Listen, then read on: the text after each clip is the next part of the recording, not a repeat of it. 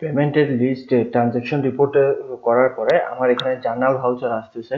Journal voucher আসলে হচ্ছে যে কি, সম্পদ থেকে সম্পদের ট্রান্সফার, লাইবিলিটি থেকে লাইবিলিটি ট্রান্সফার। আপনি একটা লোন নিলেন, লোনটা অন্য কোথাও ট্রান্সফার করে দেওয়া কিংবা যে কোনোভাবে পেমেন্ট করে দেওয়ার একটা অপশনকে এটা জার্নাল ভাউচার হিসেবে আমরা ধরা হয়।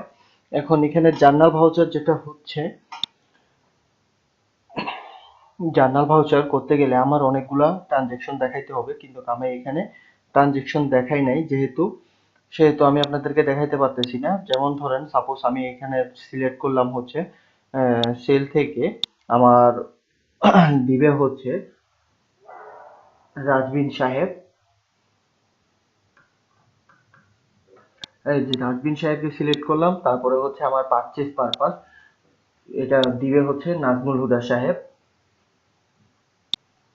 এই যে নাজমুল হুদা সাহেব, যদি এটা ক্যাশে কিংবা ক্যাশে না দিয়ে যদি ওনারা ব্যাংকে ট্রানজাকশন করে, তাহলে এখানে চেক নাম্বার, এখানে অ্যামাউন্ট, আর এখানে হচ্ছে জার্নাল ভাউচার কোড। এই যে জার্নাল ভাউচার কোডটা এখানে উঠে আসতেছে।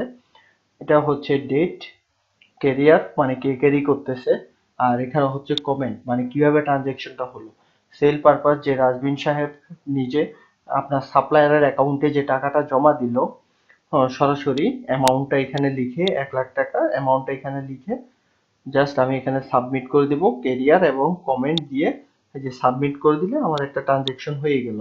তাহলে এখানে হচ্ছে এটা চলে যাবে হচ্ছে সরাসরি উম, রাজবিন সাহেবের অ্যাকাউন্ট থেকে ট্রান্সফার হয়ে অ্যামাউন্টটা চলে যাবে হচ্ছে নাজমুল হুদার অ্যাকাউন্টে। মানে আপনার কাস্টমারের কাছ থেকে আপনার সাপ্লায়ারের কাছে এই অ্যামাউন্টটা ট্রান্সফার হয়ে যাবে।